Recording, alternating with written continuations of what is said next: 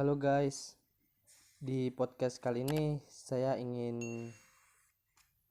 bercerita tentang bermuara pada pernikahan.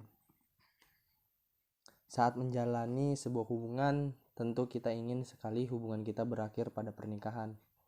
Kita akan menikah dengan orang yang kita cintai, bahagia bersama hingga akhir nanti. Kadang saat masih berpacaran bersama pasangan kita, sama-sama membayangkan bagaimana kehidupan kita kelak. Kadang kita juga mempraktikkan apa yang kita bayangkan, entah melalui chattingan atau adegan sungguhan.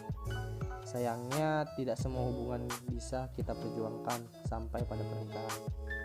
Akan ada sebab-sebab yang menghalanginya untuk sampai pada sahnya pelaminan, entah pengkhianatan, kecelakaan yang menyebabkan salah satu di antara kita meninggal terhalangnya restu orang tua, atau sebab salah satu di antara kita memang sudah tidak cinta.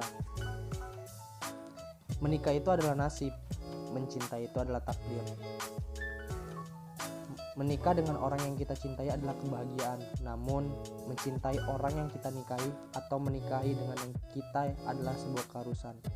Kita bisa berencana menikahi siapa, tapi kita tidak bisa berencana cinta kita untuk siapa. Tugas kita sebagai makhluk sang pemberi takdir hanya berusaha dan menjalani takdir dengan sebaik-baiknya.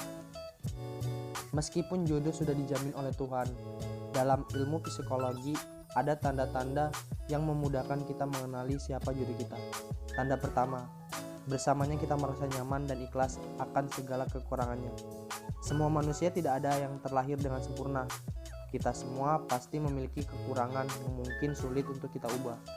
Kekurangan tersebut tentu bukan menjadi hal yang menyenangkan dan mudah untuk diterima, baik oleh kita sendiri maupun orang lain. Dan ketika kita mampu menerima segala kekurangan pasangan kita, mampu memahaminya tanpa berpura-pura dan terpaksa, dan dia juga merasakan hal yang seperti itu. Tanda kedua ialah ketika kita berada di titik terendah dalam hidup, kita tidak sedikit pun membencinya. Masalah hidup yang datang bertubi-tubi atau sekali datang namun membuat kita merasa sangat terbebani, pasti akan merasa sedang ada di titik yang paling entah dari hidup, sedih, marah, kecewa, lelah, putus asa, dan apapun itu serasa berkumpul menjadi satu di kepala.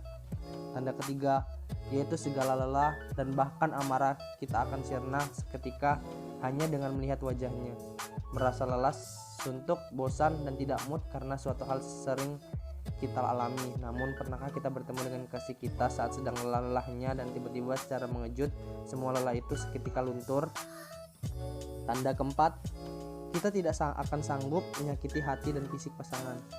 Ketika kita bertengkar hebat dengan pasangan dan kita saling mempertahankan argumen masing-masing pada pasangan yang memang jodoh kita tidak akan sampai hati menyakiti hati dan fisiknya.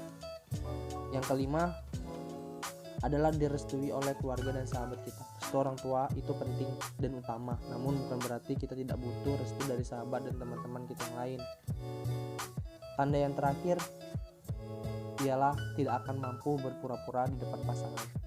Tanda bahwa kita benar-benar berjodoh dengan pasangan adalah tidak adanya drama dalam hubungan. Kita tidak perlu menjadi orang lain, tidak perlu berlagak seperti apa yang membahagiakan pasangan. Tidak perlu sejaim, sebab dengan apa adanya kita, pasangan sudah bisa menerima dan bahagia akan hal itu. Begitu juga dengan kita. Selain itu, dengan kita tidak banyak drama dan pura-pura, pasangan tidak akan menyesal setelah menikah nanti dan mengetahui ketidakpura-puraan kita. Ketika kita memutuskan untuk menikah dengan pasangan, pastikan kalau apa yang kita lalui selama ini tidak berpura-pura dan dijalani sebab terpaksa. Kita memang menjalaninya karena sama-sama ingin, sehingga apapun yang kita lakukan memang kita tujukan untuk membuat pasangan kita bahagia tanpa terlalu diminta.